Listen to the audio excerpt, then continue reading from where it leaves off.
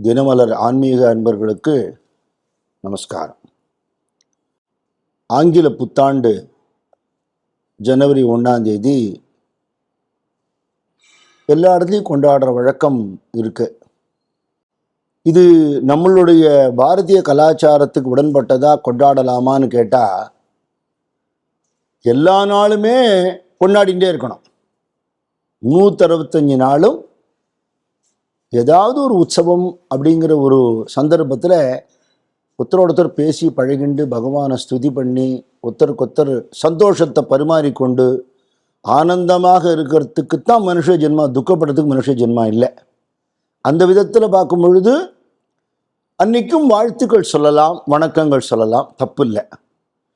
நம்மளுடைய வருஷப்பிறப்புங்கிறது தமிழ் வருஷப்பிறப்பு அப்படின்னு கொண்டாடக்கூடிய சித்திரை 1ஆம் தேதி. இந்த நாளில் ஒருத்தர் இந்த வருஷம் பூரா உங்களுக்கு நன்னா இருக்கட்டும், சந்தோஷமாக இருங்கோ அப்படின்னு சொல்கிறதுனால மக்களுக்கு ஒரு ஆனந்தம் தானே, சந்தோஷம் கிடைக்கிறது. அதில் ஒன்றும் தப்பு இல்லை, தோஷம் இல்லை. வள்ளிமலை சச்சிதானந்த சுவாமிகள்னு ஒரு மகான் இருந்தார்.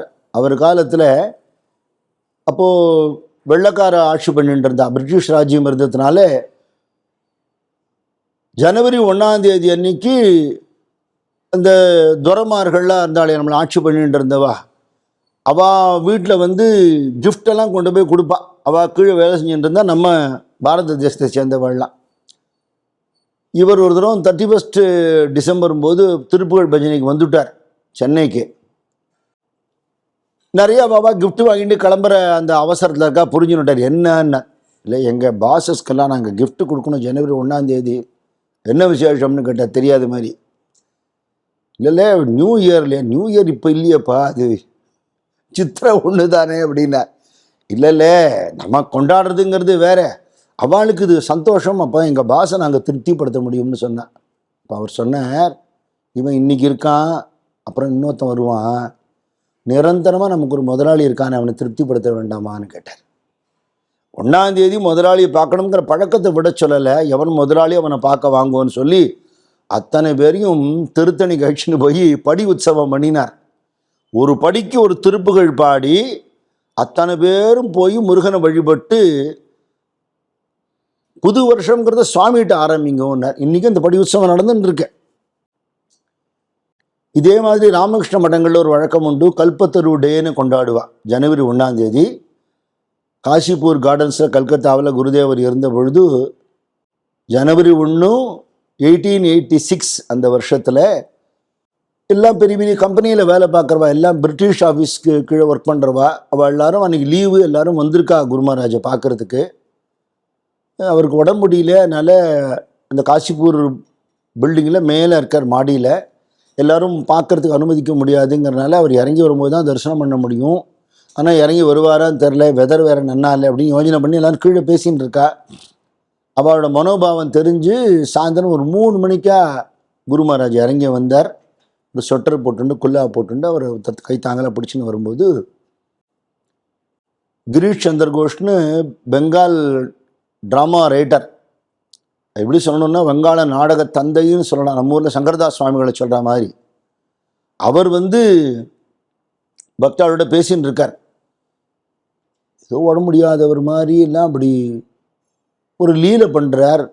நம்ம குருநாதர் சாமானியப்பட்டவரில் சாட்சாத் பகவான் தான் குருவாக வந்திருக்கார் அப்படின்னு அவரோட மகிமையெல்லாம் சொல்லிட்டு இருக்கார். எப்படி சொல்கிறேன்னு கேட்டால், என்ன மாதிரி ஒரு அயோக்கியனை கூட இன்றைக்கி சாதுக்களோடு சேர்த்து வச்சுட்டாரு, இதை விட பெரிய மிராக்கள் இருக்க முடியுமா அப்படின்னு கேட்குறார்.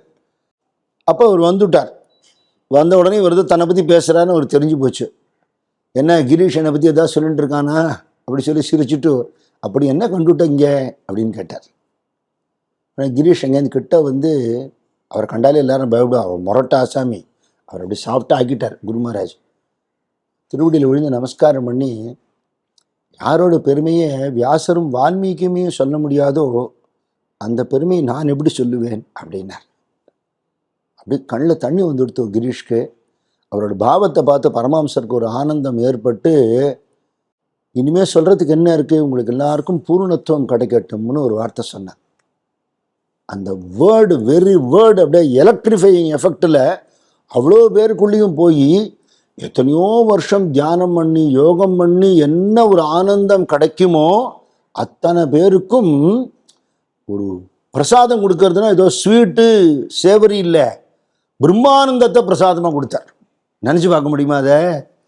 அதனால் அந்த தினத்தை இன்றைக்கும் ஜனவரி 1ஆம் தேதி அப்படி கொண்டாடுறா. ராமகிருஷ்ணா மட்டங்கள் எல்லா இடத்துலையும். காசிபூர் கார்டன்ஸுக்கு நீங்கள் போய் பார்த்தேன்னா காத்தாலேருந்து ராத்திரி மட்டுக்கும் ஜனங்கள் தரிசனம் பண்ணுவோம். அவ்வளோ பெரிய கியூ நிற்கும் கல்கட்டாவில். இப்போவும் இந்த 2026 நம்ம பார்க்கலாம் அதை. அப்படின்னா அந்த மாதிரி பகவானுக்கு நன்றி தெரிவிக்கக்கூடிய ஒரு நிகழ்வாக அந்த நாளை நினைத்து கொண்டு எல்லாரும் சந்தோஷமாக இருக்கணும்னு வேண்டிக்கிறேன்.